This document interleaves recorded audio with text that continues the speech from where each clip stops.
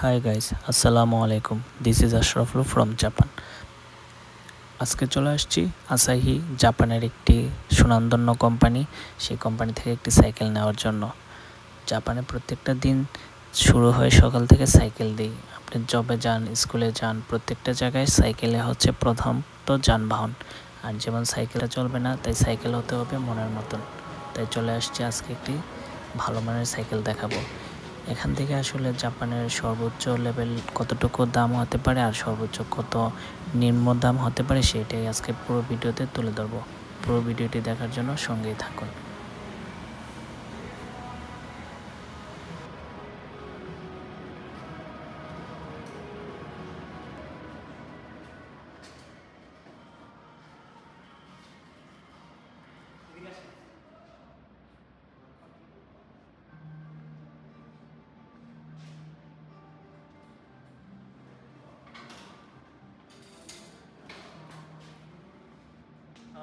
আজকে আসলে সাইকেলটা নেওয়ার জন্য আসছি। আমার এক ছোটো ভাই আসছে, তো ভাবলাম যে একটা সাইকেল নিয়ে নেই।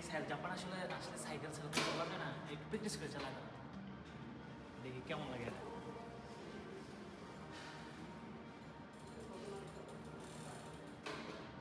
এটা হচ্ছে জাপানের সাইকেল শোরুম। মূলত বিষয় হচ্ছে এটা সাইকেলটা নেওয়ার জন্য আসছি। তো এদিকে সাইকেলগুলো আসলে কতটা এক্সপেন্সিভ এই জিনিসটা আসলে শেয়ার করব। তবে জাপান তো আসলে এরকম একটা সাইকেল আছে যেটা বাংলাদেশের একটা R15-এর সমান। সত্যি কথা, এটা হয়তো আপনারা শুনতে মজার হইলেও এটাই বাস্তব। আমি আসলে ওই সাইকেলটা নিয়ে আসতেছি, যে সাইকেল তো বললে বলবো এটা R15, আপনারা একটু ওয়েট করেন।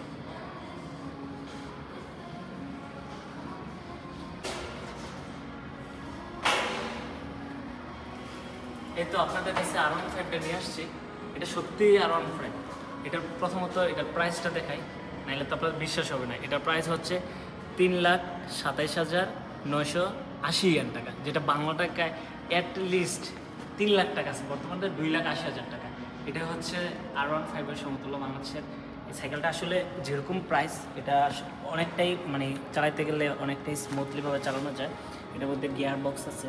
তারপরে এদেশের একটা জিনিস লক্ষ্য করা যায় যে এদেশের চেনগুলা সবগুলোই মানে স্টিল জাতীয়, যে একদম সাদা, এদিকে বুঝাই দিতেছে স্টিল কালার। এদিকে যে যদি আপনার চার্জে চালাইতে যান তাহলে চার্জার চালানোর ব্যবস্থা আছে, অটোমেটিকলি চালানোর মাঝখানে এটাতে চার্জ হবে। আর বিশেষ হচ্ছে এদিকে গিয়ারগুলো চেঞ্জ করার মতন আপ ডাউন করা যায় দুই পাশে। সাইকেলটা আসলে আমি আরেকবার চালাই দেখাই, যেহেতু প্রাইসটাও তো 3 লাখ দেখতে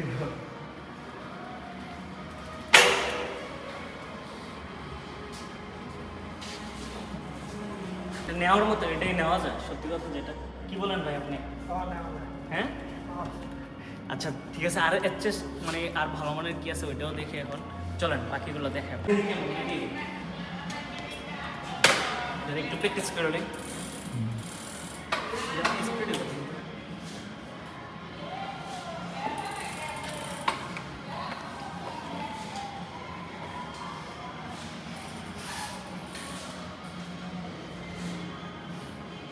আসলে অনেক মানে এটা হচ্ছে এদেশের টাকা 60,000 ইয়েন, বাংলা টাকা মেবি 50,000। এটাও খুব স্পিড আছে। এটা ভালো, মোটামুটি এটা দেখা যায়। সাইকেলটাও ওয়েট একদম হালকা, সর্বোচ্চ বেশি হইলে 7 কেজি কি 8 কেজি।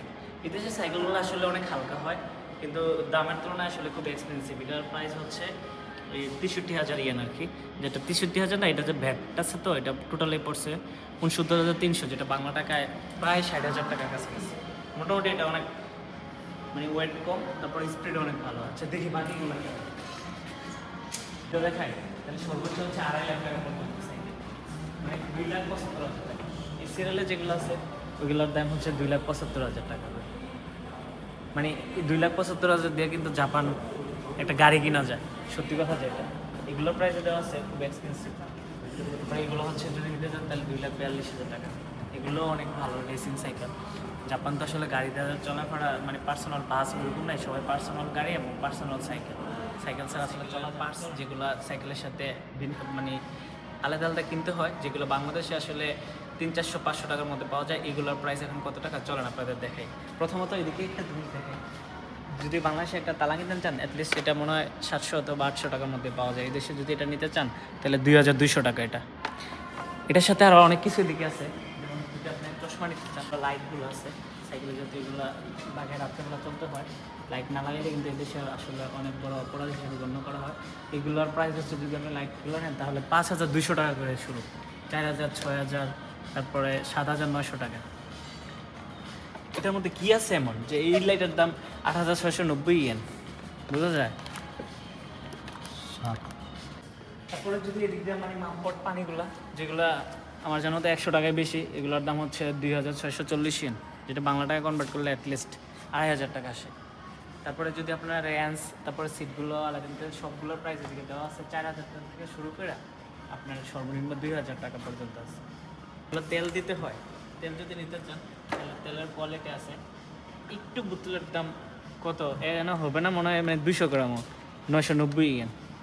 তারপরে যদি মানে সাইকেলে স্যান্ড মারতে চান, যে একটু স্যান্ড একটু মাইরা দেখি, না ভালো, এটার প্রাইস 1,200 টাকা।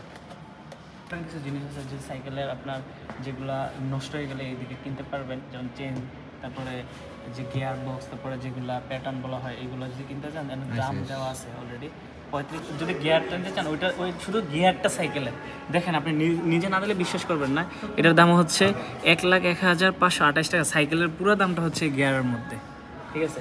এই হচ্ছে সাইকেল। অবশেষে আসলে সাইকেলটা কিনে নিয়ে বললাম, এটা সাইকেলটা আসলে অনেক পছন্দ হচ্ছে আমার। এটার দাম পড়ছে বাংলা টাকায় 75,000 টাকা। আর এনে আসার পরে আসলে একটা জিনিস দেখে অবাক লাগলো যে বাংলাদেশে তো আমরা যেহেতু হাতে অথবা বিভিন্ন অত্যাধুনিক জিনিস ব্যবহার করি সাইকেল হাওয়া দেওয়ার জন্য, কিন্তু জাপানে এই জিনিসটা দেখার পর অবাক, এটা এইভাবে টান দেয় না। সব চেকিং কমপ্লিট করার পরে লাইসেন্স, মানে এই দেশে সাইকেল কিনলে কিন্তু লাইসেন্স লাগে। বাংলাদেশে যেরকম ধরেন একটা বাড়ি কিনলে দলিলপত্র লাগে, এই দেশেও কিন্তু সাইকেল কিনলে অনেক দলিল। আপনারা ভাবতে পারেন যেহেতু 1 লাখ 1.5 লাখ টাকা সাইকেল অথবা 20,000 50,000 সবগুলারই, সবগুলারই এরকম লাইসেন্স লাগবে, ঠিক আছে? কাগজপত্র ছাড়া এদেশে কোনো কিছু কিনা যায় না। আর সর্বশেষ তাদের সার্ভিসগুলো এতটাই ভালো ছিল যে তারা কত দ্রুতভাবে এমন সততার সাহায্যে সাইকেলগুলোর রিপেয়ারিং করে অথবা আপনি চেকিং করে দেয়, এগুলো আপনারা নিজ চোখে না দেখলে বিশ্বাস করেন না। আমি নিজ দায়িত্বে সবগুলো চেক করে দিতেছে। এই জিনিসটা আসলে অনেক ভালো লাগছে। তাদের সততা এবং আত্মবিশ্বাস সবসময় মানুষকে মুক্ত করার মতো।